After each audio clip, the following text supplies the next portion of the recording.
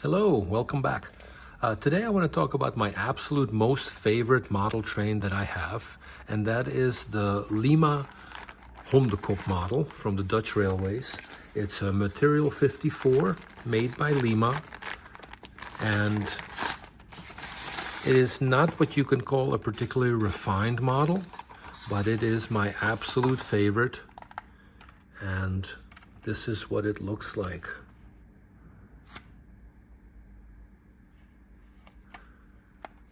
This one is the motorized unit.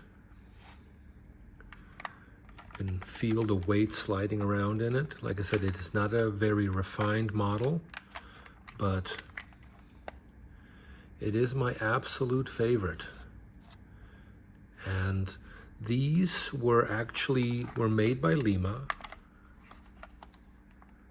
right there, but they were sold by HEMA, which is a Dutch mid-level department store.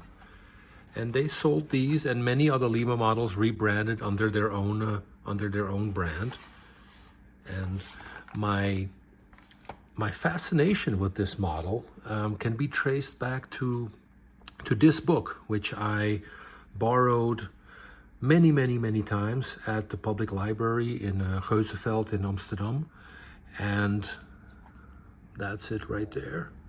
And even though this is a translated German book, it is in the Dutch language. It has another Dutch train right there, and obviously it isn't a very Dutch-like scenery with a hill. But this absolutely got me fascinated with the model trains while I was already fascinated with trains themselves, the full-size ones. But this is absolutely, despite its shortcomings and not being very highly detailed and having the pancake motor that Lima has that isn't particularly a favorite for low speed operation, this is absolutely my favorite train. Now this is the motorized unit. I have the dummy end for the other side right there, which is the same, but it just doesn't have a motor in it. And then, even though I have the correct boxes, I have two first-class carriages. Even though they have the different part numbers on the boxes, I do not have a second-class carriage like it should have. I probably have the second-class carriage in a Lima box, and it's even possible that I mixed them up somewhere. But this one here is absolutely what got me started on model trains and what I absolutely love about them. Now, in this Dutch language supplement from, I think it says 1989 or thereabouts, even Lima acknowledges the shortcomings of this model, where right here they admit that it's not a supermodel, but they mention that despite the shortcomings, if you only knew how many we've sold, despite the shortcomings. And that's true. This model was the only representation of the Hondekop for several decades.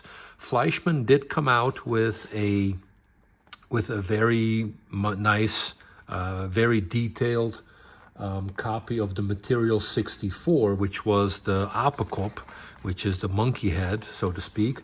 But this one was pretty much the only one that anybody made until Piko made a newer version of it. I'm not sure what year that came out.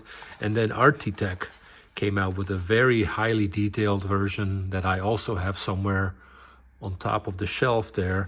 But I just wanted to touch on this one and give you a little bit of history behind my fascination with model trains and where it all started. So the Lima and this book, and that has been pretty much with me for about 50 years or so. So thank you for watching, and until next time, bye-bye.